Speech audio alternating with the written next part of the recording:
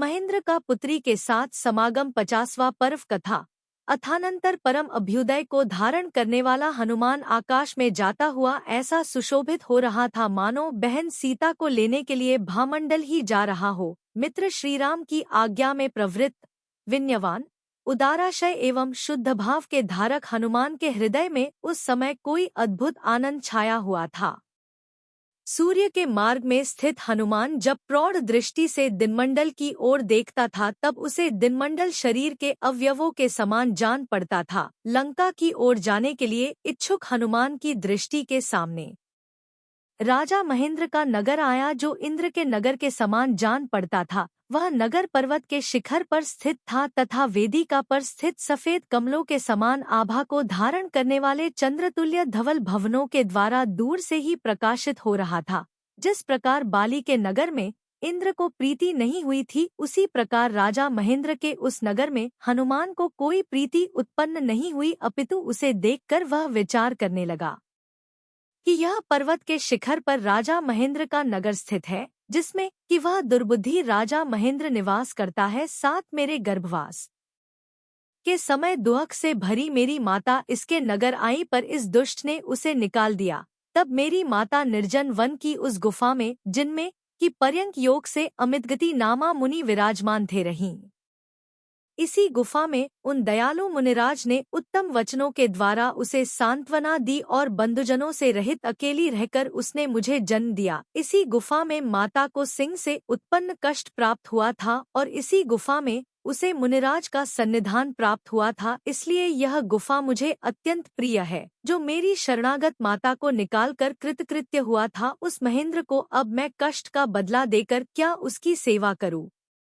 यह महेंद्र बड़ा अहंकारी है तथा मुझसे निरंतर द्वेष रखता है, इसलिए इसका गर्व अवश्य ही दूर करता हूँ। तदनंतर ऐसा विचार कर उसने घूमते हुए मेघसमूह के समान उच्च शब्द करने वाली दुंदुभिया, महाविकट शब्द करने वाली भेरियां और नगाड़े बजवाए। उत्कृष्ट चेष्टाओं को धारण करने वाले योद्धाओं ने जगत को कपा देने वाले शंख फूंके तथा शस्त्रों को चमकाने वाले रणवीर योद्धाओं ने जोर से गर्जना की, पर बल को आया सुन। राजा महेंद्र सर्व सेना के साथ बाहर निकला और जिस प्रकार पर्वत मेघसमूह को रोकता है, उसी प्रकार उसने हनुमान के दल को रोका। तदनंतर लगी हुई चोटों से अपनी सेना को नष्ट होती देख छत्रधारी तथा रथ पर बैठा हुआ राजा महेंद्र का पुत्र धनुष तानकर सामने आया। सो हनुमान ने 3 बाण छोड़कर उसके लंबे धनुष को उस तरह छेद डाला जिस तरह की मुनि 3 गुप्तियों के द्वारा उठते हुए मान को छेद डालते हैं। वह व्याकुल चित्त होकर जब तक दूसरा धनुष लेता है, तब तक हनुमान ने तीक्ष्ण बाण चलाकर उसके चंचल घोड़े रथ से छुड़ा दिए। सो रथ से छूटे हुए वे चंचल घोड़े शीघ्र ही इधर-उधर इस प्रकार घूमने लगे जिस प्रकार की विषयाभिलाषी मनुष्य की मन से छटी हुई इंद्रियां इधर-उधर घूमने लगती है। अथानंतर महेंद्र का पुत्र घबराकर उत्तम विमान पर आरूढ़ हुआ। सो हनुमान के वाणों से वह विमान भी उस तरह खंडित हो गया जिस तरह की किसी दुर्बुद्धि का मत खंडित हो जाता है। तदनंतर विद्या के बल से विकार को प्राप्त हुआ महेंद्र पुत्र पुनः हर्षित हो अलात चक्र के समान देदीप्यमान बाण, चक्र तथा कनक नामक शस्त्रों से युद्ध करने लगा। तब हनुमान ने भी विद्या के द्वारा उस शस्त्र समूह को उस तरह रोका जिस तरह की योगी आत्मध्यान के द्वारा परिशों के समूह को रोकता है। तदनंतर जो निर्दयता के साथ शस्त्र छोड़ रहा था और प्रचंड अग्नि के समान सब ओर से आच्छादित कर रहा था, ऐसे महेंद्र पुत्र को हनुमान ने उस तरह पकड़ लिया जिस तरह की गरुड़ सर्प को पकड़ लेता है। पुत्र को पकड़ा देख क्रोध से लाल होता हुआ महेंद्र रथ पर सवार हो हनुमान के सम्मुख उस तरह आया जिस तरह की सुग्रीव का रूप धारण करने वाला कृत्रिम सुग्रीव राम के सम्मुख आया था। तदनंतर जिसका रथ सूर्य के समान देदीप्यमान था, जो सुंदर हार का धारक था, धनुर्धारी था, शूरों में श्रेष्ठ था तथा अतिशय देदीप्यमान था, ऐसा हनुमान भी माता के पिता राजा महेंद्र के सम्मुख गया। तदनंतर वायु के वशीभूत 2 मेघों में जिस प्रकार परस्पर टक्कर होती है, उसी प्रकार उन दोनों में करोंद, खड़क तथा बाणों के द्वारा परस्पर एक दूसरे का घात करने वाला महायुद्ध हुआ, जो सिंहों के समान महाक्रोधी तथा उत्कट बल से सहित थे, जिनके नेत्र देदीप्यमान तिलकों के समान लाल थे, जो सर्पों के समान सांसें भर रहे थे, फुंकार रहे थे, जो एक दूसरे पर आक्षेप कर रहे थे, जिनके अहंकारपूर्ण हास्य का स्फुट शब्द हो रहा था, तेरी शूरवीरता को धिक्कार है, अहो। युद्ध करने चला है, जो इस प्रकार के शब्द कह रहे थे, जो माया बल से सहित थे और जो अपने पक्ष के लोगों से कभी हाहाकार कराते थे तो कभी जय जयकार कराते थे, ऐसे हनुमान तथा राजा महेंद्र दोनों ही चिरकाल तक परम युद्ध करते रहे। तदनंतर जो महाबलवान था, विक्रिया शक्ति से संगत था और क्रोध से जिसके शरीर की शोभा देदीप्यमान हो रही थी, ऐसा महेंद्र हनुमान के ऊपर शस्त्रों का समूह छोड़ने लगा। भुषुंडो, परशु, बाण, शतघ्नी, मुदगर, गदा, पहाड़ों के शिखर और सागौन तथा वट के वृक्ष उसने हनुमान पर छोड़े। 3200 इनसे तथा नाना प्रकार के अन्य शस्त्रों के समूह से हनुमान उस तरह विचलित नहीं हुआ जिस प्रकार की महामेघों के समूह से पर्वत विचलित नहीं होता है। राजा महेंद्र की दिव्य माया से उत्पन्न शस्त्रों की उस वर्षा को पवन पुत्र हनुमान ने अपनी उल्का विद्या के प्रभाव से चूर चूर कर डाला। 34 और उसी समय वेग से भरे दिग्गजों के शुंडादंड के समान विशाल हाथों से युक्त तथा उत्तम बल को धारण करने वाले हनुमान ने मातामह महेंद्र के रथ पर उछलकर उसे रोकने पर भी पकड़ लिया।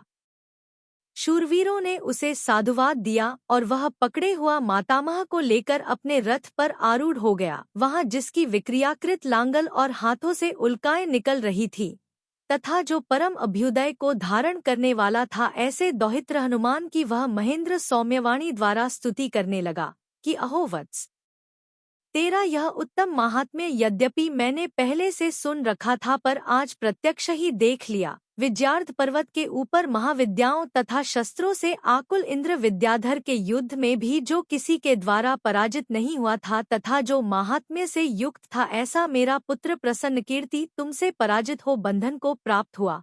यह बड़ा आश्चर्य है। अहो भद्र, तुम्हारा पराक्रम अद्भुत है, तुम्हारा धैर्य परम आश्चर्यकारी है। अहो तुम्हारा रूप अनुपम है और युद्ध की सामर्थ्य भी आश्चर्यकारी है। हे वत्स, निश्चय को धारण करने वाले तुमने हमारे पुण्योदय से जन्म लेकर हमारा समस्त कुल प्रकाशमान किया है। तू विन्यादी गुणों से युक्त है, परम तेज की राशि है, कल्याण की मूर्ति है तथा कल्पवृक्ष के समान उदय को प्राप्त हुआ है। तू जगत का गुरु है, बांधव जनों का आधार है और दुखरूपी सूर्य से संतप्त समस्त मनुष्यों के लिए मेघ स्वरूप है। इस प्रकार प्रशंसा कर स्नेह के कारण जिसके नेत्रों से अश्रु छलक रहे थे तथा जिसके हाथ हिल रहे थे, ऐसे मातामह महेंद्र ने उसका मस्तक सूंघा और रोमांचित हो उसका आलिंगन किया। वायुपुत्र हनुमान ने भी हाथ जोड़कर उन आर्य मातामह को प्रणाम किया तथा क्षमा के प्रभाव से विनीतात्मा होकर वह क्षण भर में ऐसा हो गया मानो अन्य रूपता को ही प्राप्त हुआ हो। उसने कहा कि हे आर्य, मैंने लड़कपन के कारण आपके प्रति जो कुछ चेष्टा की है सो हे पूज्य, मेरे इस समस्त अपराध को आप क्षमा करने के योग्य हैं। उसने रामचंद्र के आगमन को आदि लेकर अपने आगमन तक का समस्त वृत्तांत बड़े आदर के साथ प्रकट किया।